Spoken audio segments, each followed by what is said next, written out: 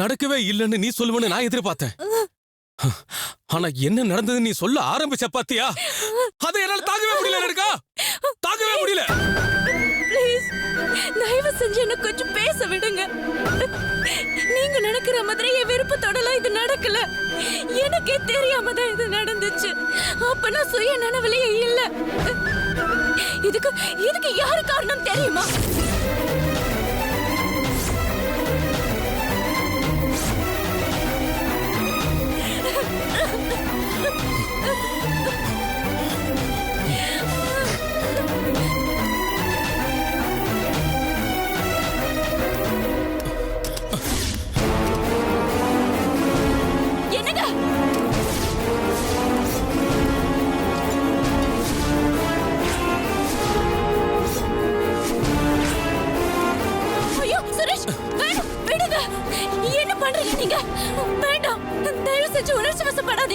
உணர்ச்சி வசப்பட்டு எந்த முடிவை எடுக்காதீங்க ப்ளீஸ். நான் ஒரு சிக்கல்ல மாட்டிட்டு இருக்கேன். அதுல இருந்து எப்படி வெளியே வருதுன்னு தெரியாம தான் நான் தவிச்சிட்டு இருக்கேன். எங்க அது உங்களுக்கு தெரிஞ்சா நீங்க மனசு உடைஞ்சு போயிடுவீங்களோன்ற ஒரே காரணத்துக்காக தான் நான் உங்ககிட்ட சொல்லாம இத்தனை நாள் மறைச்சேன். இப்ப சொல்றேங்க. நீ எதுவும் சொல்ல வேணாம். இதுக்கு மேல நீ என்ன சொன்னாலும் அதுக்கு அர்த்தமே இல்ல. வாழ்ற வாழ்க்கைக்கு ஒரு அர்த்தம் வேணும் ரேணுகா.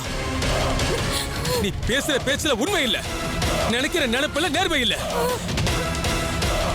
இப்படி ஒரு வாழ்க்கை வாழ்ற உன்னோட என் லைஃபை ஷேர் பண்ணிக்கிட்டு இருந்த பாரு, இதை விட கேவலம் வேற எதுவுமே இல்ல. ஐயோ கடவுளே, தயவு செஞ்சு வேண்டாங்க, இந்த முடிவு வேண்டாங்க. உங்களை கையெடுத்து கும்பிடுறேன் ப்ளீஸ். ரெண்டே நிமிஷம் எனக்கு பேசுறதுக்கு வாய்ப்பு கொடுங்க. என்ன நடந்தது நானே உங்களுக்கு விளக்கமா சொல்றேன் ப்ளீஸ். அதுக்கப்புறம் நீங்க என்ன கொல்லுங்க, இல்ல என்ன வேணாலும் பண்ணுங்க. ஏன் சாவு உங்க கையால நடந்துச்சுன்னா அதை விட பெரிய சந்தோஷம் எனக்கு வேற எதுவுமே இல்ல. சீ, வாயை மூடு. உன்னை கொன்னு அந்த பாவம் எனக்கே சேரணுமா? வேணாம். உன்னை நம்பின, உன்னை மனசார விரும்பின, உன்னை போல ஒரு பொண்ணு கிடைக்காதுன்னு நினைச்ச. எல்லாத்தையும் பையாக்கிட்டல. வாழ்க்கையில எடுக்கிற ஒரு கல்யாண ராசி இல்லாமலே எடுத்திருக்கலாம். 2 தடவை என் வாழ்க்கையில பொண்ணுங்க குறுக்க வந்து 2மே ஃபெயிலியர் ஆகி போச்சு. என்னோட கெட்ட நேரம். எனிவே, அடுத்த ஜென்மத்திலேயாவது இன்னும் கொஞ்சம் எச்சரிக்கையா இருக்கிறேன். Good bye.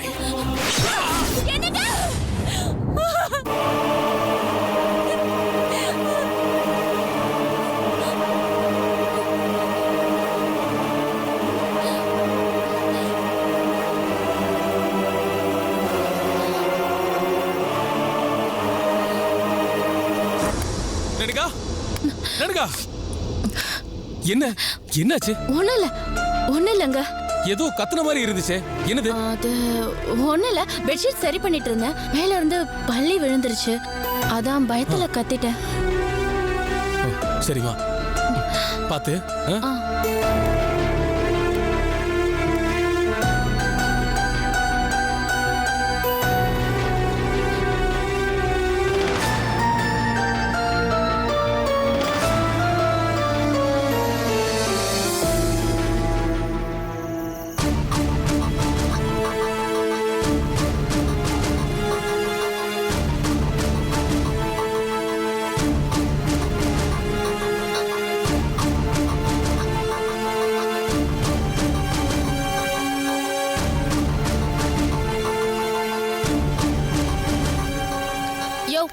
எங்கேயா போயிட்ட நீ? நான் ஊரு புற தேடி பார்த்த ஆளையே காணோம். சொல்லிட்டு போக மாட்டேன் எங்க போனாலும். அதெல்லாம் விடு, முக்கியமான வேலை இருக்கு. காலையில என்னோட கிளம்புறேனா? எங்க? மெட்ராஸுக்கு. மெட்ராஸுக்கு எதுக்கு என் நாம போனோம்? இது பாரு கலவாணி, திரும்ப ஒரே விஷயத்த என்ன சொல்லிட்டு வைக்காத. நீ உதவி செஞ்ச பெரிய மனுஷன், உனக்கு செஞ்சது பத்தாது. இந்த பார், நியாயமா நம்ம கொடுக்க வேண்டிய பணத்தை அவர் கொடுத்தாருன்னா நான் ஒரு தொழில ஆரம்பிப்பேன். அப்புறம் அதை வச்சு இந்த குடிசை எல்லாம் மாத்தி ஒரு நல்ல விட செட்டப் பண்ணி நம்ம சந்தோஷமா வாழலாம். சும்மா வந்து நியாயம் தர்மம் அப்படி இப்படி பேசிடுதுன்னா எனக்கு கெட்ட கோவம் வரும். பாத்துக்க முடியாதியா? செத்தால நான் அங்க வர முடியாது. இதுதானே வேணாங்கிறது. நீ செத்துட்டேன்னு சொல்லிதானே அவர் புள்ளைய அவரு ஏமாத்தினாரே. இப்ப செத்தாலும் வரமாட்டேன்னு நீ சொன்னீனா இதுக்கு என்ன அர்த்தம்? நீ சாவல அப்படிங்கறத தெளிவா அந்த வீட்டுக்கு சொன்னாதானே நான் நினைச்சது நடக்கும். இத பாரியா, புருஷனை பார்க்க மாட்டேன், அருவாமனைய வச்சு கழுத்தி அறுத்துருவேன். இந்த வேலையெல்லாம் என்கிட்ட வச்சுக்காத. அவரை மிரட்டி பணம் பறிக்கலான்னு பாக்குறியா? எங்க இருந்தியா வந்துச்சு இந்த மாதிரி புத்தி உனக்கு? நீ எல்லாம் உருப்பிடுவியா? நான் உருப்படுறேன், உருப்படாம போறேன், அது இப்ப விஷயமே கிடையாது. எனக்கு தேவை பணம். பொன் முட்டை போடுற ஒரு வாத்து மாதிரி ஒருத்தன் மாட்டி இருக்கான், அவனை சும்மா விட சொல்றியா? யோ வேணாயா, இதெல்லாம் நல்லதில்ல. இத பாரு, ஏற்கனவே நமக்கு ஒரு குழந்தை பிறந்து செத்து போச்சு. என்ன பாவம் பண்ணமோ தெரியல. யோ இனிமேலாச்சும் நல்ல விதமா வாழ்க்கையில 4 பேருக்கு உதவி செஞ்சு நல்ல விதமா வாழ்வோயா. அடச்சி நிறுத்து. விட்டா முனிவர் மாதிரி அருள் வாக்கு சொல்லிட்டு இருப்ப போல இருக்கு. இந்த பார், நான் நல்லவனா கெட்டவனாங்கிறதெல்லாம் மேட்டரே கிடையாது. எனக்கு பணம் வேணும். அடியே, கோட்டருக்கு கூட காசு இல்லாம கஷ்டப்பட்டுட்டு இருக்கேன்டி. இந்த உலகம் எனக்கு என்ன செஞ்சிருக்கு இது வரணும். நீ என்னையா செஞ்சிருக்க இந்த உலகத்துக்கு? அட இந்த உலகத்தை விட நம்ம வீட்டுக்கு நீ என்ன செஞ்சிருக்க? எனக்கு தான் நீ என்ன செஞ்சிருக்க? கல்யாணம் ஆனதுல இருந்து ஒரு 1/4 பவுன் தங்கமாவது நீ வாங்கி போட்டிருக்கியா எனக்கு? ஒண்ணுத்துக்கு உதவாத மூதேவி, 24 மணி நேரமும் குடிச்சிட்டு வந்து இங்க தகராறு பண்றதுல இருக்க. இப்போ யார மிரட்டலாம், யார்கிட்ட பணத்தை பறிக்கலான்னு கெட்ட புத்தி வேற உனக்கு வந்திருக்கா? இத பாரியா, இந்த மாதிரி புத்தி உள்ள யாருமே உருப்பிட்டத சரித்திரமே இல்ல. நான் உருப்பிட்டு காட்டண்டி, அதை தானே சொல்லிட்டு இருக்கேன். என்னோட வெத்து வெட்டு அரட்டை அடிக்கலாம் எனக்கு டைம் இல்ல. காலையில நம்ம மெட்ராஸுக்கு போகணும். வருவியா வரமாட்டியா அதை மட்டும் கரெக்டா சொல்லு. மெட்ராஸுக்கு என் பணம் மட்டும் தான் வரும். வேணும்னா வெட்டி போட்டு எடுத்துட்டு போ. ஆனா நான் உசுரோட இருக்கிற வரைக்கும் நீ நினைக்கிறது நடக்கவே நடக்காது. அந்த புள்ள விஷயமா நேர்ல வந்து சாட்சி சொன்னா காரியம் நடக்கும்னு நீ நினைக்கிற. ஆனா அந்த நினைப்பே முதல்ல தப்பு. நான் வரமாட்டேன், வரவும் முடியாது. உன்னால ஆனத பாத்துக்கையா. டேய், இவ்வளவு சொல்ற நீ கேட்க மாட்டியா? நான் அப்படியே டேய் நில்றி நில்றே. டேய் நில்றே.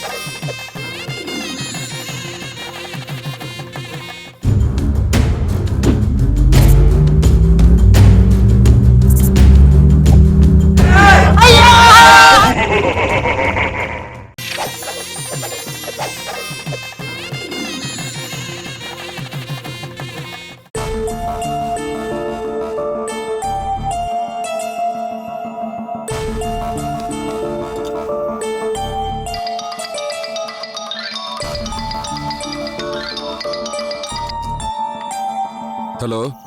ஐயா தர்மபுர, நான் தான் சரவணன் பேசுறேன். நல்லா இருக்கீங்களா? ஹலோ ஹலோ ஹலோ, ஒரு நிமிஷம், கொஞ்சம் வெளியில வர. என்னங்க சாப்பிட்டு போங்க.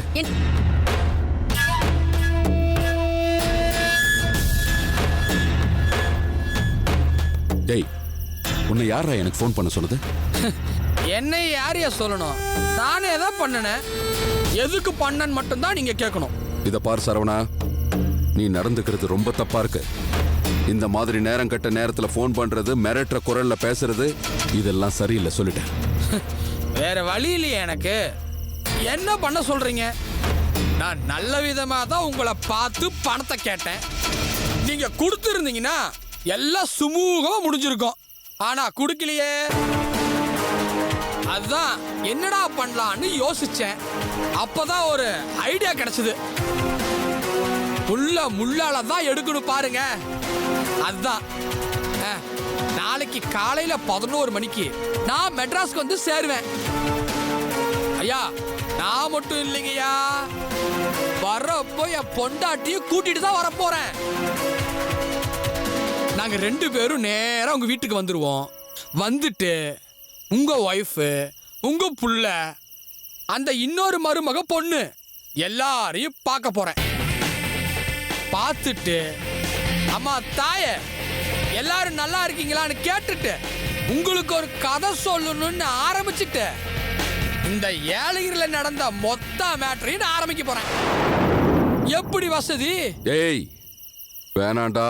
ஐயா, எனக்கும் தான் வேணான்னு தோணுது. என்ன பண்ண முடியும்? நீங்க நல்ல விதமா பணத்தை கொடுத்து செட்டில் பண்ணிருந்தா இதுக்கெல்லாம் அவசியமே இருந்திருக்காது. அதை விட்டுட்டு ஆச்சா போச்சா 62ன்னு நீங்க பாட்டுக்கு கத்துனீங்கன்னா நான் என்ன பண்ண முடியும்? ஏழை பாளைங்களுக்கு ஆண்டவன் இப்படிதான் வழியை காட்டுறான் சம்பாதிக்கிறதுக்கு. இத பாரு, என்ன பத்தி உனக்கு தெரியாது. வேணாம், இதெல்லாம் நல்லா இல்ல சரவணா, சொல்லிட்டேன். ஐயா, என்ன பத்தியும் உங்களுக்கு தெரியாது. நான் மிரட்டுறேன்னு நீங்க நினைச்சீங்கன்னா நீங்க ஒரு பெரிய முட்டாள். உங்களையும் நான் மிரட்டல. என்ன செய்ய போறனோ அதை தான் நான் சொல்றேன். ராத்திரி வேலையில ஏன் வளவளன்னு பேசிக்கிட்டு நீங்க போய் நிம்மதியா ரெஸ்ட் எடுங்க. ஆனா காலையில 11 மணிக்கு நானும் என் பொண்டாட்டியும் ஊட்டாண்டா நிப்போம். என்ன, நான் வச்சிருட்டுமா? ஹலோ, டேய் சரவணா, ஹலோ.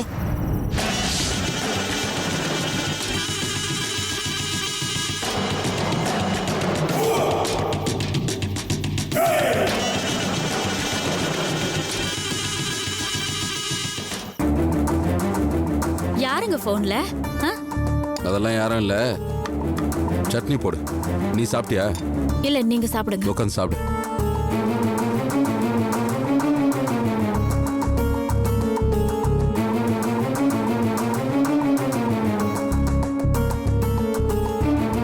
இந்தாங்க.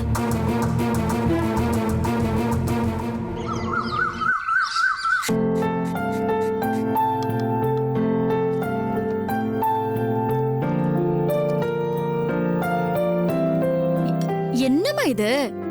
இதெல்லாம் நான் பாத்துக்க மாட்டேனா? அத்தை, நான் பண்றத விடுங்க. பரவாயில்ல, விடுமா. பரவாயில்ல அத்தை, நான் வீட்ல சும்மா தானே இருக்கேன். ஏதாவது வேலை செஞ்சிட்டு இருந்தா கொஞ்சம் சுறுசுறுப்பா இருக்கிற மாதிரி இருக்கும்ல. இத பாருமா, நீ என்ன தப்பா நினைச்சுக்காதம்மா. எனக்கு அந்த குழந்தை மேல எல்லாம் விரோதம் இல்ல. சின்ன குழந்தை மேல விரோதம் வச்சுக்கிற அளவுக்கு நான் என்ன முட்டாளா? அதே சமயம் பிடிக்காமலையும் இல்ல. ஒரு குழந்தைய பிடிக்கலன்னு யாராவது சொல்வாங்களா? அதுவும் பொம்பளைங்க சொல்வாங்களா? அத்தை, புரியுது அத்தை. இல்ல, ஆனா அந்த குழந்தைய இந்த வீட்டோட வாரிசுன்னு உங்க மாமா சொல்றதுதான் என்னால தாங்கிக்க முடியலமா. இல்ல, நான் தெரியாம தான் கேக்குறேன். உனக்கு என்ன வயசாயிடுச்சா? இல்ல என் பிள்ளைக்கு தான் வயசாயிடுச்சா? 2 பேருக்கும் இன்னும் கொஞ்ச நாள்ல புள்ள பிறக்க தான் போகுது. நீங்களும் சந்தோஷமா இருக்கதான் போறீங்க. அப்படி இருக்கும்போது யாரோ பெத்த குழந்தைய தூக்கிட்டு வந்து வச்சுக்கிட்டு இந்த வீட்டோட வாரிசு வாரிசுன்னு சொல்லிட்டு இருக்கிறது கொஞ்சம் கூட நல்லாவே இல்லம்மா. நான் சொல்றது உனக்கு புரியுதாம்மா? உனக்கும் சூர்யாவுக்கும் ஒரு குழந்தை பிறக்கணும்னு நான் வேண்டாத நாளே இல்ல. இன்னைக்கு நாளைக்கு, இன்னைக்கு நாளைக்குன்னு அது தள்ளி போய் கடைசியில உன் வயித்துல வளர்ந்த குழந்தை இல்லாமலேயே போயிடுச்சு. அந்த துக்கம் மறைஞ்சு, அந்த காயமெல்லாம் மறந்து நீயும் நல்லபடியா ஆயிட்ட. நீ ஒரு குழந்தை பெத்து கொடுத்துட்டன்னா என் வாழ்க்கையே பூரணம் அடைஞ்ச மாதிரி ஆயிடுமா. அதுக்கப்புறம் நான் யார் வம்புக்கு போறேன்? என் பேரனோ பேத்தியோ அதை வச்சுக்கிட்டு நாள் பூரா கொஞ்சிக்கிட்டே இருக்க போறேன். என்ன மன்னிச்சிடுங்க அத்தை. கொஞ்ச நாளைக்கு குழந்தை பெத்துக்க வேண்டான்னு நானும் சூர்யாவும் முடிவு பண்ணி வச்சிருக்கோம். ஏம்மா? இல்லத்த, நாங்க 2 பேருமே இது சம்பந்தமா நிறைய பேசணும், நிறைய யோசிச்சோம். கடவுளா பார்த்து ஒரு குழந்தைய இப்போ என் கையில கொடுத்திருக்கான். இது நல்லபடியா வளர்த்து ஆளாக்க வேண்டிய பொறுப்பு என்னோடது. அப்படி இருக்கிற சூழ்நிலையில எனக்குன்னு ஒரு குழந்தை வரும்போது அப்ப என் கவனம் ஃபுல்லா அந்த குழந்தை மேலதானே போகும். இந்த குழந்தை 2ஆம் பட்சம் ஆயிடும்ல. காயத்ரி, எந்த விதத்திலையும் இது நியாயமாத்த? என்ன நீ பைத்தியம் மாதிரி பேசுற? உனக்கே ஒரு குழந்தை பிறந்தா இந்த குழந்தைய தூக்கி போட்டுடு அப்படி நான் சொல்ல போறேன்? இந்த குழந்தை இங்கே இருந்துட்டு போட்டோம். இத நான் குத்தம் சொல்லவே மாட்டேன். ஆனா இந்த குழந்தைக்காக நீங்க புள்ள பெத்துக்காம இருக்கிறது ரொம்ப தப்புமா? இல்லத்த, பெர்மனண்டா குழந்தைய பெத்துக்க போறது இல்லைன்னு நான் சொல்ல வரல. இப்போதைக்கு வேண்டான்னு தான் முடிவு பண்ணிருக்கோம், அவ்வளவுதான். தப்பான முடிவுமா. இத பாரு, குழந்தைங்கிறது நாம தீர்மானிக்கிற விஷயமே இல்ல. அந்த ஆண்டவனா பார்த்து எப்ப கொடுக்கறானோ அதை ஏத்துக்கிறது தான் நம்மளோட வேலை. ஆனா முயற்சின்னு ஒண்ணு இருக்கு, விருப்பம்னு ஒண்ணு இருக்கு. இது ரெண்டுமே உங்க 2 பேருக்கும் இருக்கணும். அது நடந்தாதான் காரியம் சீக்கிரமா நடக்கும். எனக்கும் வயசாகிட்டே போகுது. ஒரு பேரனையோ பேத்தியோ பார்க்கணுங்கிற ஆசை எனக்கு மட்டும் இருக்காதா? இந்த அத்தை உன்கிட்ட வேற என்னமா கேட்க போறேன்? இந்த சின்ன விஷயத்த எனக்காக நீ விட்டு கொடுக்க கூடாதா? என்ன மன்னிச்சிருங்க அத்த. நீங்க என்ன சொன்னாலும் இந்த குழந்தை வளர்ற வரைக்கும் எங்களுக்குன்னு நாங்க ஒரு குழந்தைய பெத்துக்க வேண்டாங்கிற முடிவுக்கு வந்தாச்சு. அத மாத்திக்க நான் தயாரா இல்ல. என்ன தப்பா நினைச்சுக்காதீங்க அத்த. காயத்ரி, ரேணுகா வா. ஹாய். ஏய், எப்படி இருக்க? நான் நல்லா இருக்கேன்.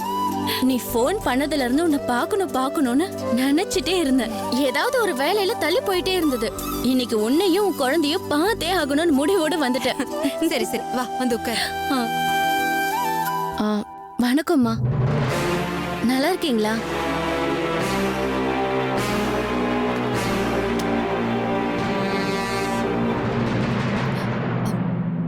தப்பா நினைச்சுக்காத ரேணுகா, நீ முதல்ல வந்து உட்காரு. வா வா வா வா.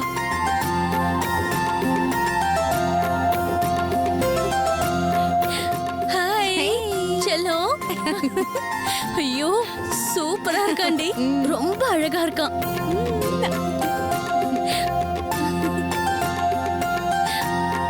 நடந்ததெல்லாம் ஒரு கனவு மாதிரி இருக்கு. நல்லதெல்லாம் அப்படி தாண்டி நடக்கும். இத பாரு, நீ சுமந்துட்டு இருந்த குழந்தை இல்லாம போன துக்கம் இந்த குழந்தை மூலமா தீரணும் தான் ஆண்டவன் நினைச்சிருக்கான். குழந்தை ரொம்ப அழகா இருக்காண்டி. ஆமா, என்ன பேர் வச்சிருக்கீங்க? கௌதம். கௌதம் சூர்யாவோட அண்ணன் பேரு ரேணுகா. அந்த பேரை வச்சா அத்தைக்கு பிடிக்கும்னு நினைச்சு வச்சோம். ஆனா அத்தை தான் இன்னும் குழந்தைய முழு மனசோட ஏத்துக்க மாட்டேங்கிறாங்க. அதெல்லாம் சரியா போயிடும்டி. சின்ன குழந்தை தானே, புதுசா வீட்டுக்கு வரும்போது அந்த தயக்கம் வரதானே செய்யும். ஆனா ஒண்ணு மட்டும் சொல்றேன், நீ தப்பா ஒரு வார்த்தை கூட பேசிடாத. நீ எப்பவும் போல உங்க அத்தை கிட்ட அன்பா இரு, மரியாதையா நடந்துக்கோ. கொஞ்சம் கொஞ்சமா அவங்களா மனசு மாறி இந்த குழந்தைய ஏத்துப்பாங்க. தேங்க்ஸ் ரேணுகா. முதல்ல இந்த குழந்தை சம்பந்தமா ஒரு நல்ல வார்த்தையை சொன்னது நீதான்.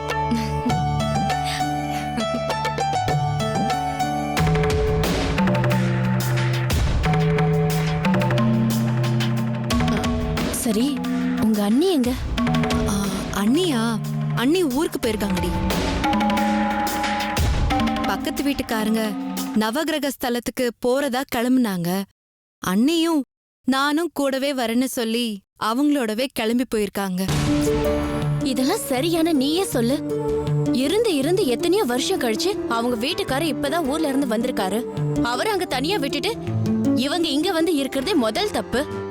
போதாததுக்கு இப்ப ஊருக்கு வேற போயிருக்காங்கங்கிற. என்னமோ ஒவ்வொருத்தருக்கு ஒவ்வொரு கஷ்டம். யார பத்தி யார் விமர்சனம் பண்றது?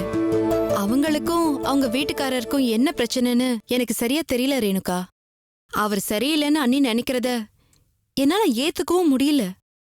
ஆனா நான் எப்படி இதெல்லாம் சொல்லிட்டு இருக்க முடியும், நீயே சொல்லு. கஷ்டம்தான், ஆனா அதுக்காக அப்படியே சும்மா விட்டுறது நல்லது இல்லையே. நான் என்னடி பண்ண முடியும்? இப்படி கேட்டனா என்ன அர்த்தம்? நீதான் ஏதாவது செய்யணும். ஏண்டி, நீ இந்த வீட்டு மருமக தானே? இந்த வீட்டோட பொறுப்பெல்லாம் உன்னோடது தானே? உனக்கு ஒரு கஷ்டம்னா அதை தீர்த்து வைக்கிறதுக்கு சூர்யா இருக்காரு. இப்போ உங்க அன்னைக்குன்னு ஒரு கஷ்டம் வரும்போது நீயும் சூர்யாவும் சேர்ந்து தானே அதை சரி பண்ணணும். இத பாரு, நான் உன்னை சொல்லவா, என்கிட்ட ஒரு ஐடியா இருக்குடி. ஐடியாவா? எது சம்பந்தமா? உங்க அண்ணி சம்பந்தமாதான். உங்க அண்ணி இந்த வீட்ல அவங்க என்ன பண்றாங்க, என்ன செய்யறாங்க, என்ன ஏதுன்னு உனக்கு தெரியும். அதே மாதிரிதான் விமலும். அவரு படுற கஷ்டம் என்னன்னு எனக்கு தெரியும். ஆக்சுவலா உங்க அண்ணிய பிரிஞ்சு அவரு எவ்வளவு கஷ்டத்துல இருக்காரு, எவ்வளவு வருத்தத்துல இருக்காருன்னு உனக்கு தெரியுமா? புரியுதுடி, ஆனா இத பாரு காயத்ரி, விமலையும் உங்க அண்ணியையும் சேர்த்து வைக்க வேண்டிய பொறுப்பு உன்னோடது. நீ மட்டும் ஊன்னு சொன்னா நான் ஒரு ஃபர்ஸ்ட் கிளாஸ் ஐடியா தரேன். என்ன பண்ணணும்னு சொல்லு. ரொம்ப சிம்பிள். எனக்கு ஒரே ஒரு ஃபோன் நம்பர் மட்டும் வேணும். ஃபோன் நம்பரா? யாரோட நம்பர்? வனிதாவோட மாமியார் ஃபோன் நம்பர்.